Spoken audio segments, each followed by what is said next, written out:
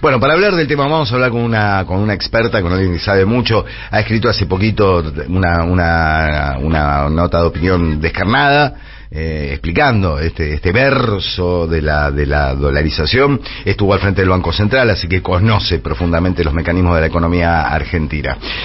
Saludamos en el aire de M530 a Bettina Stein, abogada, especialista en Derecho Administrativo y Derechos Humanos. Estuvo al frente del Banco Central y tiene la gentileza de atendernos aquí en Siempre Soy. Doctora, muy buenos días. Aquí Eduardo Fabregat, Sergio Wisniewski y Valentina Castro, nuestra experta en economía, que nos va a ayudar en la charla, saludando en AM530. ¿Cómo le va? ¿Qué tal? Buen día, Eduardo, buen día, Sergio, buen día, Valentina. Bien. Hago una aclaración, no estoy al frente del Banco Central, fui una de los 10 directores del Banco Central. Bien, bueno, formó parte del directorio, eso sería lo parte del directorio, bien, ahí está. Bien, corregido entonces. Doctora Stein, bueno, estaba leyendo lo que escribió usted sobre estos cantos de sirena, sobre esta falsa impresión que se quiere instalar con respecto a la dolarización. Me gustaría que hiciera así un rápido vistazo como para arrancar por un lado sensato, ¿no?, frente a tantas cosas que se dicen. Sí, mire, a mí me pareció importante tratar de explicar de la manera más sencilla y más didáctica posible de qué se trata una dolarización y cuáles son las consecuencias cuando un país se dolariza, porque la verdad que lo que yo siento es que el común de la gente, de manera muy inocente, escucha la palabra dolarizar y piensa que es como pintar: saco el color blanco, pongo el color azul, en este caso saco un peso, le pongo una U adelante y una S atrás del signo peso, y antes tenía 100 pesos, ahora tengo $100. Y esto es bastante más complicado y es bastante diferente a lo que resulta de este imaginario. La verdad que dolarizar cuando uno tiene pocos dólares es un problema serio, sumamente serio, porque la única manera de dolarizar es esta, es absorbiendo todos los dólares que hay en la calle y todos los dólares que hay en los bancos, y cambiándolos por dólares. Y cuando uno tiene muy pocos dólares y tiene muchos pesos, necesariamente el cambio no es el más interesante. Por eso yo daba un ejemplo muy a grosso modo y decía que hoy deberíamos estar pensando en un cambio que haría que quien tiene 100.000 pesos no llegue a tener $10, no $100.000. Claro. Así que esa fue básicamente la idea del artículo, teniendo en cuenta además que yo no soy economista, soy abogado. Entonces intenté utilizar términos lo más didácticos posible para que entendiéramos lo que sucede. Y me parece que además una parte importante de ese artículo, y es una beta que no se puede perder de vista, es todo lo que ya se deja de poder hacer cuando uno dolariza, porque justamente no tiene la fábrica de hacer dólares, tiene en todo caso la fábrica de hacer pesos, e independientemente de todos los comentarios y análisis que podamos hacer sobre las ventajas o desventajas de emitir en exceso, por decirlo de alguna manera, en aquellas situaciones objetivamente extraordinarias, como fue el caso de la pandemia, por ejemplo, de no haber tenido la posibilidad de emitir, la situación hubiera sido, pero infinitamente peor de lo que efectivamente fue. No hubiera podido existir los ATP, que entre paréntesis beneficiaron no únicamente a las pymes y a las medianas empresas, sino a empresas grandes. No hubiera podido existir el IFE, no hubieran podido otorgarse créditos a tasa cero, y podemos hacer una larga lista de lo que no se hubiese podido hacer por falta de capacidad de emisión, por carecer de signo monetario. Sí. Bettina, ¿qué tal? Te habla Valentina Castro. Sí, Valentina, hay un tema que vos me mencionás en la nota que creo que es muy importante, que tiene que ver con los depósitos de los ahorristas. ¿Qué pasaría si efectivamente se dolariza? Porque uno cuando escucha a Milei y presta atención a esa ingeniería que plantea para juntar todos los pesos circulantes, donde también menciona esos pasivos remunerados, esos ahorros, esos depósitos que tienen los ahorristas como parte de la cuenta. Digo, pienso en el día de mañana en un esquema de dolarización, cuando los ahorristas vayan al banco y quieran sacar sus depósitos, no van a estar ahí sus depósitos, ¿no es cierto? Por supuesto que sus depósitos no van a estar. Esto tiene, digamos, el comentario eufemístico sobre los pasivos remunerados y los ahorros, dicho de manera así tan general, deja por debajo de la mesa lo que realmente es importante. Esto es un manoteo de dinero que no te corresponde, que no es del Estado. Entonces manotean el dinero de los ahorristas, no hay otra manera. Digo, acá tuvimos un ejemplo muy concreto, o sea, nosotros no estamos hablando de una apocalipsis que no hayamos vivido. El plan Bono fue eso, exactamente eso. Bettina, fue el preludio, termino esta cosita, sí. Fue el preludio de la convertibilidad y fue esto. Entonces acá no hay una gran diferencia. Discúlpame, Sergio. No, qué suerte que me reconoció la voz. ¿Cómo le va? Me gustaría preguntarle, porque en gran parte la seducción que tiene el tema dolarizar sería tratar de que ya no haya inflación. Si usted podría marcar algún panorama, aunque sea brevemente, de cómo o por qué estamos en este proceso inflacionario, porque más allá de que estamos en este problema, lo que no se vislumbra es cómo salimos de acá. Mira, Sergio, yo tengo una limitación clara. Soy abogada, no soy economista. Bien. Ya ser abogada estoy de todo un problema. Si además fuera economista sería terrible. Pero sí te puedo decir que si yo tuviera que pensar en un panorama general de por qué estamos en este proceso inflacionario, además de las dificultades que tenemos para poner en caja a los formadores de precios, que hoy esta es una economía muy concentrada en este sentido, te diría que el problema que tenemos nosotros, la restricción externa, tiene un correlato directo con la inflación. O sea, la restricción externa es la falta de dólares. Claro. Y me parece que ahí hay un correlato directo con la inflación. El endeudamiento siniestro que dejó el gobierno de Macri, no solo con el Fondo Monetario Internacional, sino también con los acreedores privados, fue realmente un ancla de la que además, por factores objetivos y obviamente por errores, porque no es que este gobierno no ha cometido errores, ha hecho muy complicado luchar contra la inflación. Es muy difícil cuando vos tenés que juntar dólares y en la inmensa cantidad para pagarle al Fondo Monetario Internacional. Nosotros tomamos un crédito con el Fondo Monetario Internacional durante el 2018 de un exceso llamativo contra lo que dice Alejandro Werner. El crédito que tomó Macri fue de 1.110% por encima de lo que es normalmente la capacidad prestable o nuestra cuota. Entonces, de esta manera, es bastante difícil luchar contra la inflación. Ahora, si a eso, como yo te decía, le sumás las dificultades que hemos tenido para poner en caja los grandes formadores de precio, porque acá también hay claramente una puja distributiva, la verdad que terminás teniendo una combinación explosiva. Y ahí uno lamenta muchísimo más todavía el que se hayan ido del Banco Central 30.000 millones de dólares en maniobras o operaciones que no quedan del todo claros y tendrían que haberse manejado de otra forma, ¿no? Mira, si vos te referís a los dólares que se fueron en el pago de deuda para el acceso al mercado de cambio, para el pago de obligaciones negociables de empresas, yo creo que tiene una lectura, esa es una lectura sesgada. Y te voy a explicar por qué. Por supuesto que tenías la posibilidad de manejarlo de una manera distinta, no hay ninguna duda.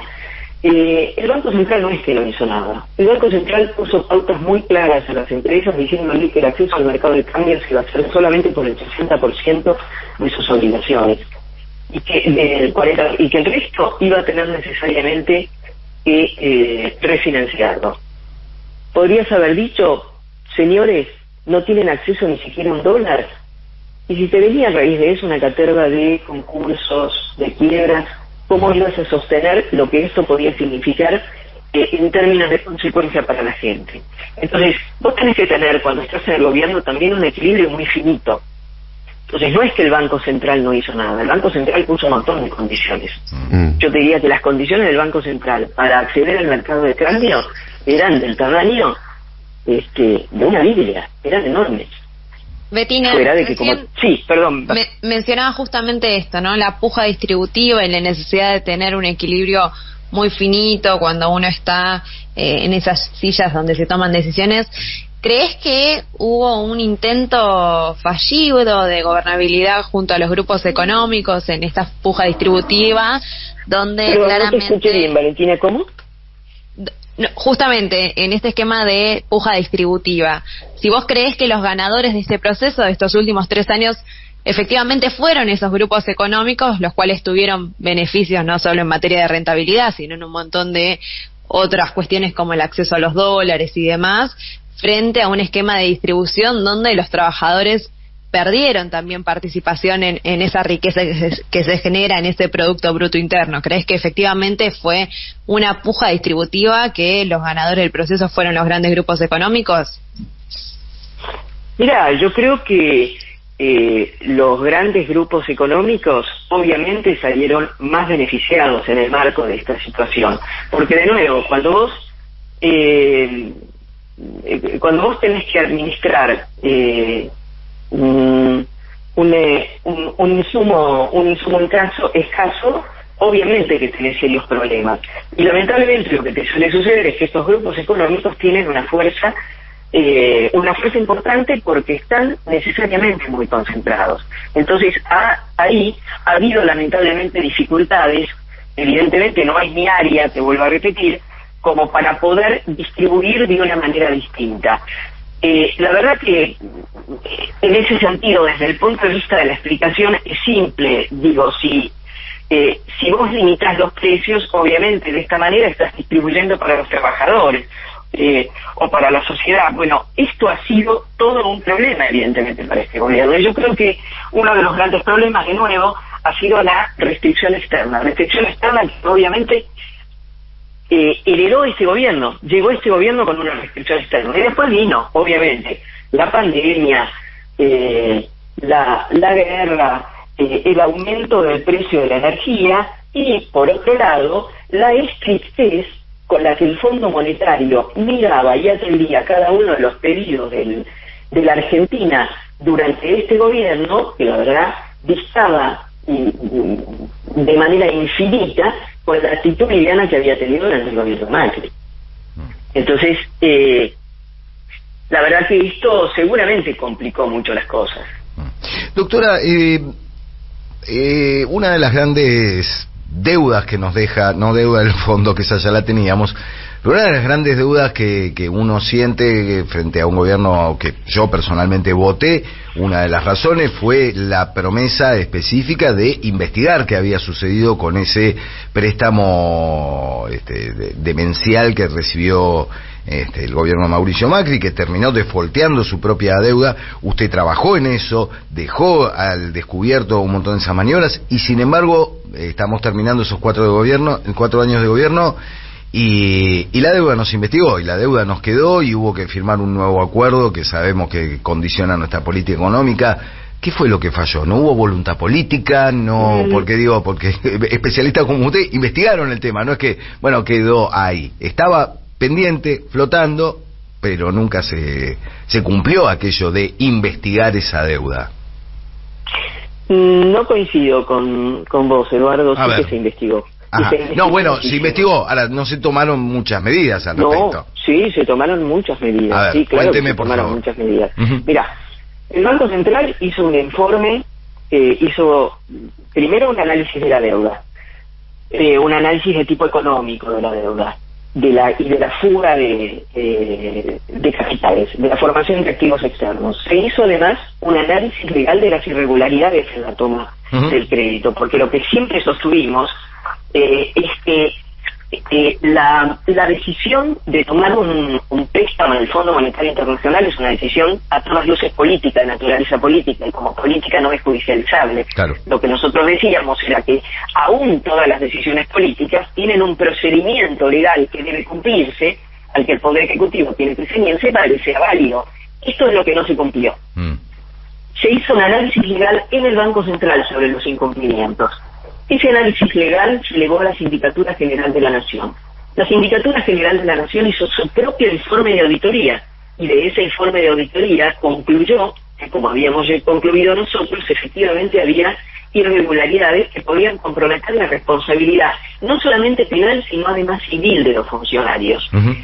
Con ese informe, la Oficina Anticorrupción hizo la denuncia penal, una denuncia penal sumamente fundada. Y a partir de ahí, creo que en abril del 2021, creo que fue el 8 de abril del 2021, el presidente, a través de un decreto, le ordenó a la Procuración del Tesoro presentarse como parte querellante en la causa en la que se investigaba justamente las irregularidades del fondo, y en la que estaban imputados Macri, Duhovne, Sandleris, y además le ordenó a la Sindicatura General de la Nación hacer un análisis para determinar la eventualidad de un perjuicio económico y, en su caso, determinar la cuantía de ese perjuicio. La Procuración del Tesoro se presentó como parte querellante. No solo se presentó como parte querellante, sino además se presentó como actor civil para reclamar los eventuales daños y perjuicios que hubiera sufrido el Estado como consecuencia de esas irregularidades. Y efectivamente, toda esa información está hoy en la causa que tiene a su cargo Capuchetti. Claro. Claro. Que lleva adelante el fiscal Picardi. Ahora, esto está en manos del Poder Judicial. Claro. Desde el Poder Ejecutivo se hizo todo lo que había que hacer. Sí. Eduardo. Sí, todos los caminos terminan conduciendo, como en tantas otras. Digo, hoy se cumple un año de un intento de asesinato de Cristina Fernández de Kirchner, y también el Poder Judicial se ha encargado de echar tierra sobre el asunto, ¿no? Absolutamente, también lo tiene la doctora Capuchetti. Y ambas causas avanzan con una lentitud exasperante. Exasperante.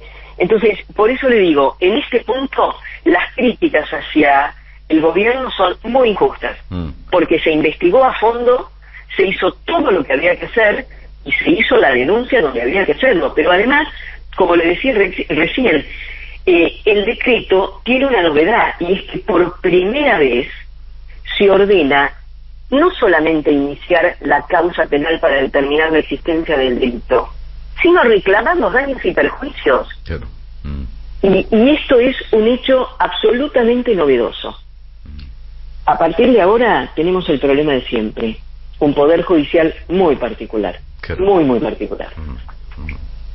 Sí, en todo caso, entonces hay que cambiar el foco. Hay que decir que la promesa que debería haberse cumplido era aquella de investigar los sótanos de la justicia, ¿no? Más que investigar la deuda, porque todo termina chocando allí. Es un poco desesperante, ¿no? Saber tener esta convicción, sí, ¿no? De que el Poder Judicial no es confiable. No es confiable. No, yo creo que nos debemos una reforma, no hay ninguna duda, porque además yo siempre digo lo mismo, el Poder Judicial, nadie le pide a los jueces que sean robots, que no sean políticos, porque obviamente no son seres humanos, así que toman decisiones políticas, pero tienen posiciones políticas, pero las decisiones judiciales tienen que estar apegadas a la ley, tienen que significar la aplicación de la ley, pura y exclusivamente.